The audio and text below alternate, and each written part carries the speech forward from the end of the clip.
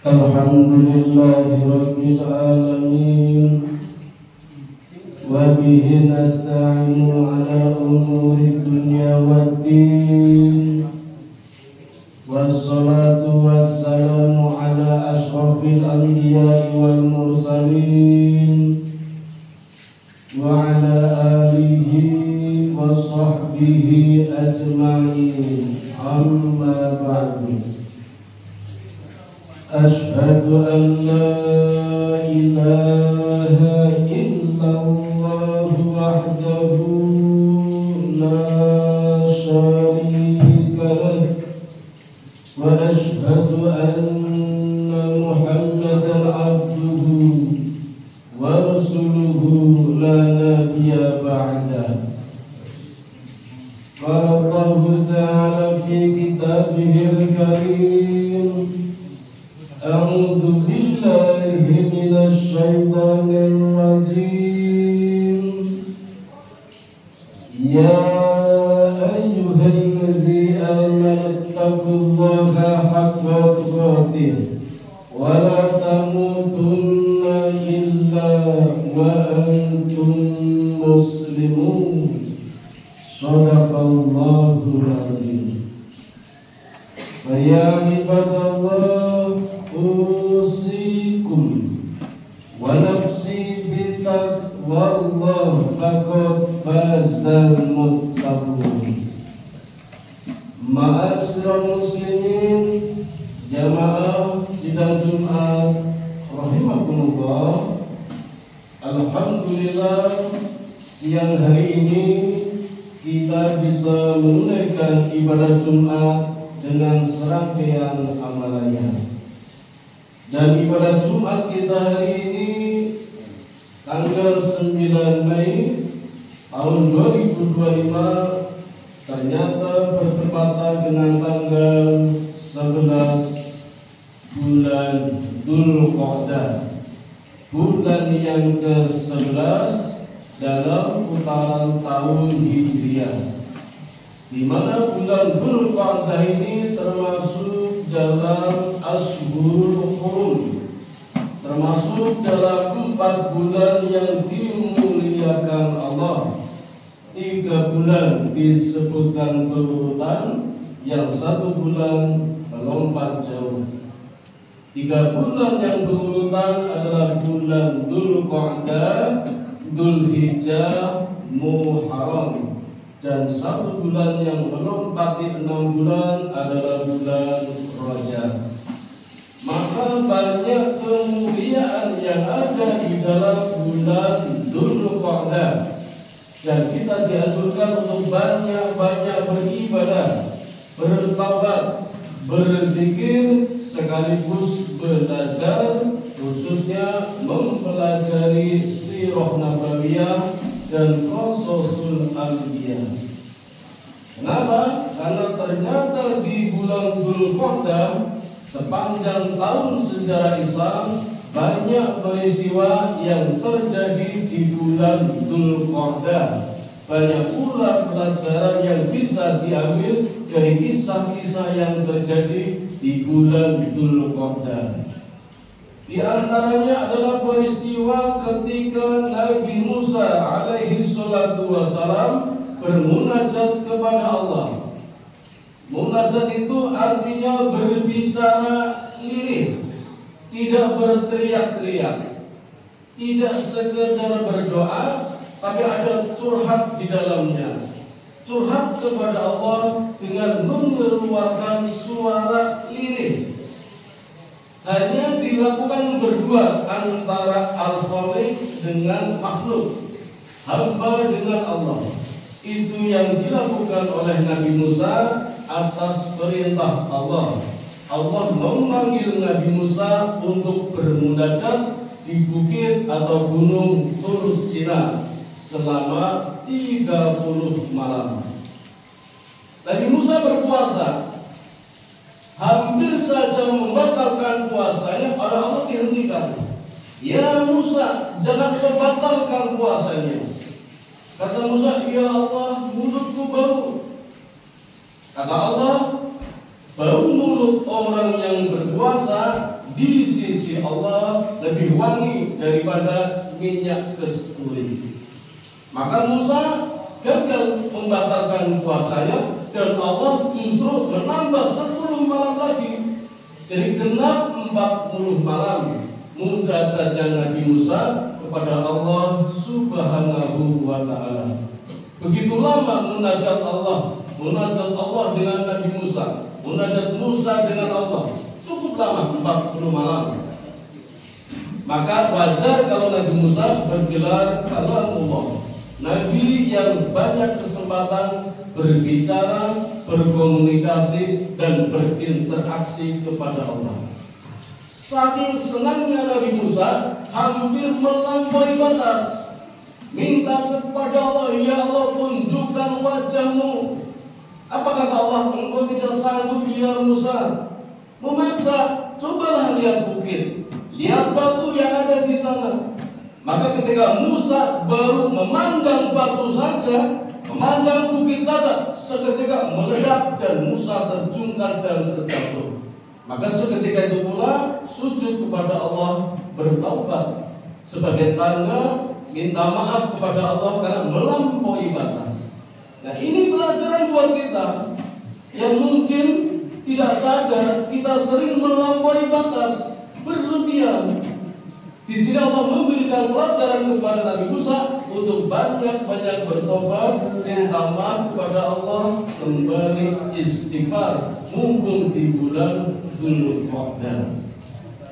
Peristiwa munajatnya Musa selama 40 hari menjadi peribadatan. Bahkan Nabi kita Muhammad sallallahu alaihi wasallam merekomendasikan kepada kita untuk banyak-banyak ibadah di bulan Dzulqa'dah selama 30 hari ditambah 10 hari di awal bulan Dzulqa'dah, Dzulhijjah. Kita kan seringnya puasa di tanggal 9 Dzulhijjah namanya Arafah. Puasa di tanggal 8 Dzulhijjah namanya Tarwiyah. Ada juga yang dua-duanya. Itu biasa pahalanya.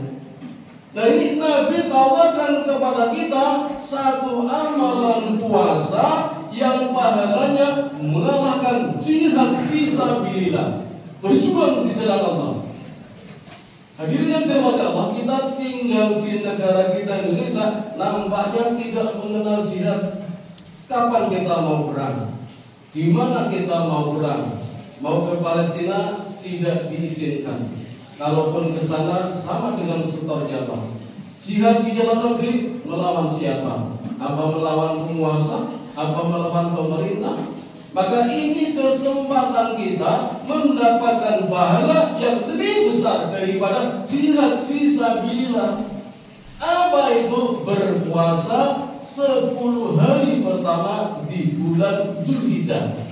Mari kita berlomba-lomba, tidak cuma Tarwiyah di tanggal 8 Dzulhijjah, tidak cuma Arafah di tanggal 9 Dzulhijjah, tapi 10 hari pertama di bulan Dzulhijjah.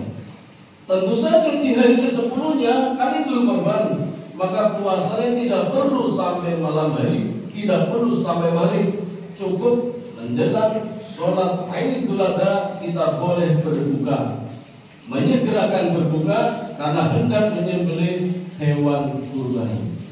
Di sini banyak rangkaian ibadah yang Allah sudah berikan kepada hambanya sesuai dengan porsinya. Maka disebut Idul Adha, Idul Kurban, Idul Haji, sama saja. Maka ada orang mengatakan hari raya besar karena memang hari besar. Jumlah hari rayanya saja 4 hari.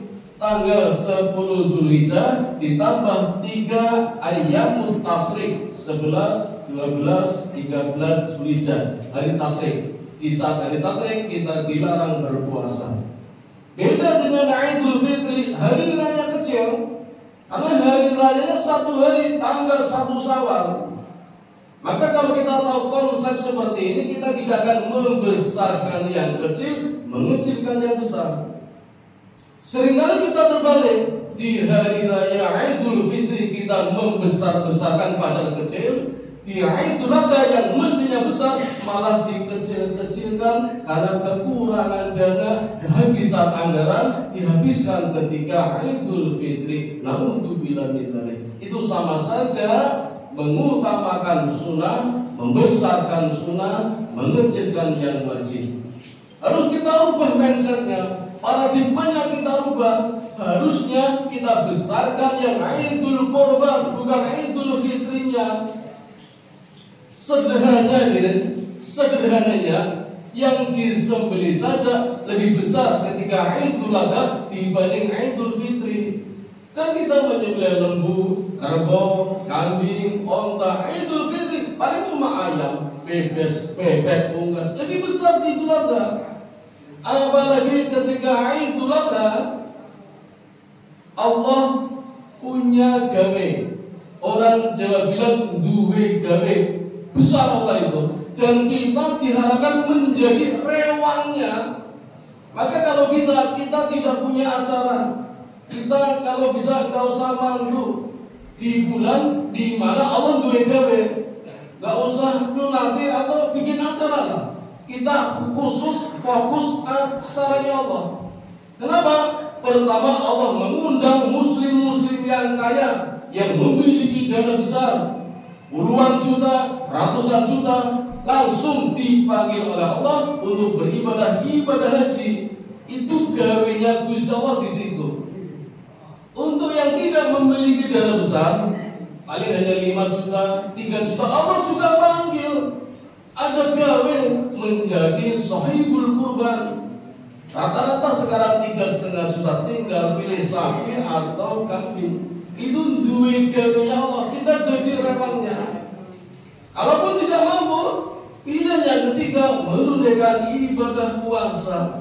Itulah gawe-gawe yang Allah buka acaranya mulai di bulan Dzulqa'dah sampai bulan Dzulhijjah. Jadi ada kesamaan ajaran, kesamaan makna di dalam peristiwa munajatnya Nabi Musa selama 40 malam untuk mendapatkan kitab suci yang bernama Taurat.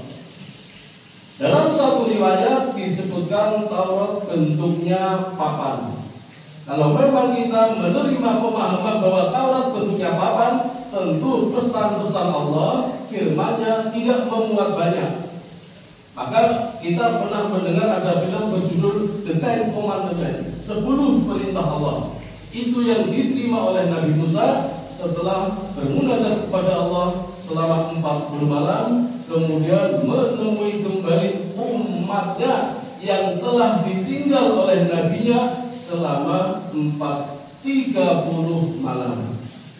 Hadirin yang dirahmati Allah, saat Nabi Musa meninggalkan umatnya selama 30 malam, Nabi Musa sempat berpesan. Pesan pertama kepada umatnya, jangan lepaskan Tuhanmu. Aku akan pergi sebentar menemui Tuhanku. Yakinlah kepada Allah, tetap bertuhan kepada Allah, tidak menyekutukannya. Pesan kedua kepada kakaknya, Nabi Harun. Ya Harun, gantilah aku, jagalah umatnya selama aku pergi. Aku tidak lama, hanya 30 malam. Tetapi hadirin sekalian, ketika 30 malam hampir diselesaikan oleh Nabi Musa, Allah menambah 10 hari. Inilah yang menjadi dampak kejadian peristiwa besar. Umatnya sudah nunggu 30 malam, ternyata nabinya gak datang-datang. Ada apa ini? Apakah Musa sudah meninggalkan kita? Apakah Musa sudah menemukan Tuhan yang baru? Ini menjadi tanda tanya besar bagi umatnya.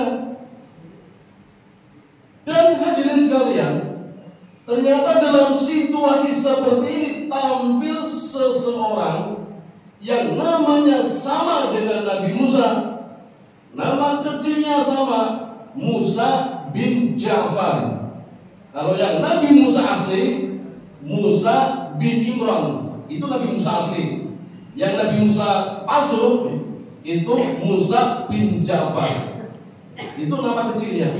ternyata Musa bin Jafar itu satu dari dua Musa yang selamat ketika Fir'aun membuat kebijakan membunuh bayi-bayi laki-laki yang lahir ketika itu. Ada dua Musa yang selamat.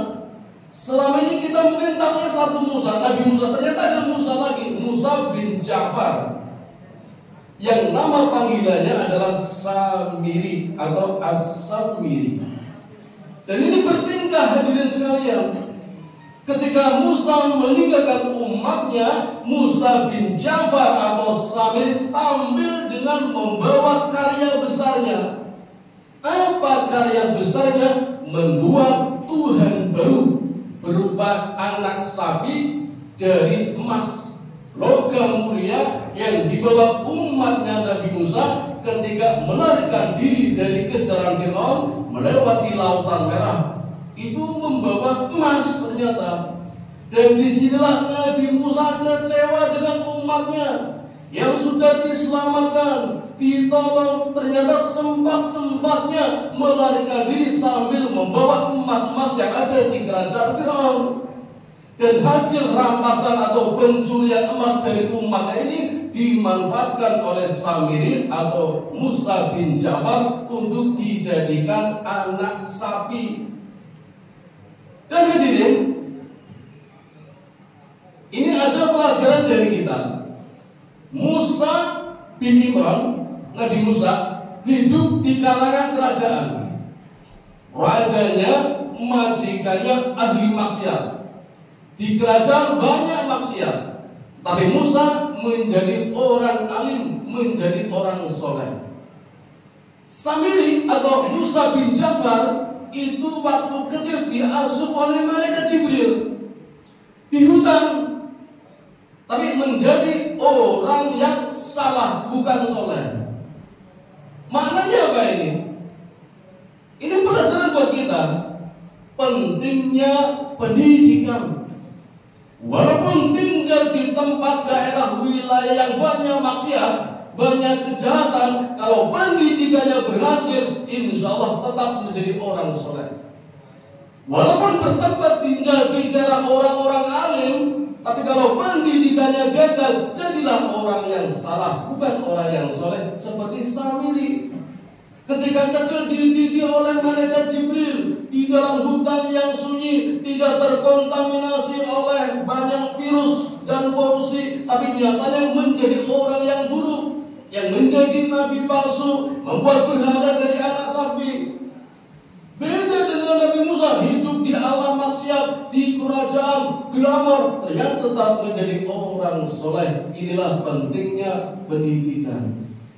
Maka hadirin, kisah singkatnya berakhir dengan dikutupnya Samiri oleh Musa, ditempatkan di tempat yang terpencil dan tidak bisa ditemui oleh siapapun. Jadi kalau kita ingat mungkin dengan kisah pewayangan Aswatama yang dikutuk oleh Krishna, juga tidak bisa ditemui siapapun karena penyakitnya menular dan membusuk sampai memohon untuk mati. Itulah Aswatama. Mirip kisah dengan Samiri yang membuat Tuhan berupa anak sapi dari emas, bahkan dicampur dengan pasir bekas tapak kudanya malaikat Jibril ketika melewati Lautan Merah. Dan pasir ini yang bisa membuat anak sapinya bersuara. Maka umatnya Nabi Musa yang ditinggal Nabi Musa senang. Senang punya Tuhan baru yang bisa bersuara, sementara Tuhannya Musa mana tidak kelihatan. Itu yang dilakukan oleh umatnya Nabi Musa ketika ditinggal Nabi Musa. Ketika Musa datang, Musa kaget, Musa berusaha menyadarkannya, Harun berusaha menyadarkannya, tetapi bahkan akan dibunuh. Maka dengan Taurat yang berisi 10 perintah, salah satunya adalah perintah istighfar kepada Allah, mohon ampun kepada Allah. Ini menjadi peristiwa besar karena cara bertobatnya umat dulu ketika Nabi Musa berbeda dengan kita. Apa cara bertobatnya? Harus saling membunuh. Mengerikan sekali. Dan ini peristiwa besar.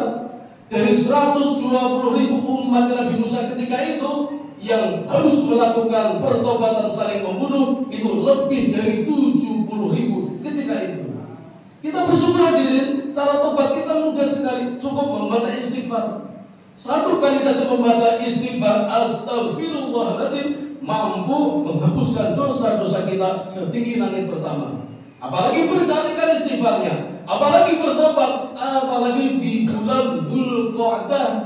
Maka di sekalian marilah kita banyak-banyak bertobat, beristighfar mumpung di bulan Dzulqa'dah, bulan yang penuh berkah. Mudah-mudahan Allah memberikan kesempatan kita untuk menjadi hamba yang terbaik. Amin ya rabbal alamin. Demikian khutbah singkat, mudah-mudahan ada manfaatnya.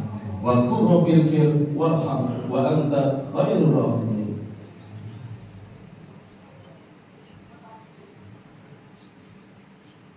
Alhamdulillahilladzi hadana li hadza wa ma kunna linahtadiya laula an hadana Allah. Allahumma shalli ala sayyidina Muhammad wa ala ali sayyidina Muhammad. Asyhadu an la ilaha illallah wahdahu la syarika lah wa asyhadu anna Muhammadan abduhu wa rasuluhu la nabiyya ba'dah. Qala Allah ta'ala fil Qur'anil 'azim, a'udzu billahi minasy syaithanir rajim. Ya ayyuhalladzina amanu qu anfusakum wa ahlikum nar. Ayyuhal muslimun ittaqullaha haqqa tuqatih wa la tamutunna illa wa antum muslimun. Hadirin sidang Jumat yang dirahmati Allah. Menarik dari khutbah pertama tadi dapat disimpulkan dan diharapkan kita bisa mengambil pelajaran walaupun sedikit dari munajatnya Nabi Musa yang dilakukan sepanjang bulan Dzulqa'dah ditambah 10 hari pertama adalah banyak-banyak bertaubat, beribadah, mensucikan Allah, memuji Allah, mengagungkan Allah, sembari belajar terus menerus. Dari mana kita mulai? Dari diri kita, mengajak istri kita dan juga anak-anak kita, baru keluar kepada tetangga, kepada warga dalam satu wilayah. Jadi tanggung jawab kita sebagai seorang lelaki, sebagai kepala keluarga, selain menjaga diri kita, juga menjaga keluarga kita dari api neraka. Mudah-mudahan Allah menerima amalan kita semua, khususnya di bulan Dzulqa'dah. Amin ya rabbal alamin. A'udzu billahi minasy syaithanir rajim. Bismillahirrahmanirrahim. Innallaha wa malaikatahu yusholluna 'alan nabi. Ya ayyuhalladzina amanu shallu 'alaihi wa sallimu taslima. Allahumma shalli 'ala Muhammad wa 'ala ali Muhammad. Kama shallaita ala Ibrahim wa ala ali Ibrahim wa barik ala Muhammad wa ala ali Muhammad kama barakta ala Ibrahim wa ala ali Ibrahim innaka Hamidum Majid. Allahumma ighfir lil muslimina wal muslimat wal mu'minina wal mu'minat al ahya'i minhum wal amwat innaka sami'un qaribun mujibu da'wat wa qadiyal hajat wa hadimul lazat wa qati'ul syahwat. Allahumma inni as'aluka ilman nafi'a wa rizqan thayyiba wa amalan mutaqabbala. Allahumma inni as'aluka al-huda wa tuqa wal afafa wal ghina. Allahumma ij'alni syakura waj'alni sabura waj'alni fi 'ainin sahira wa fi a'yunin nasi kabira. Rabbana dhalamna anfusana wa illam taghfir lana wa tarhamna lanakunanna minal khasirin. Rabbana atina fid dunya hasanah wa fil akhirati hasanah wa qina adzaban nar. Wa sallallahu ala sayyidina Muhammadin wa ala alihi wa sahbihi ajma'in. Subhana rabbika rabbil izzati amma yasifun, wassalamun alal mursalin, walhamdulillahi rabbil alamin. Wa dzikrullahi akbar. Aqimis shalah.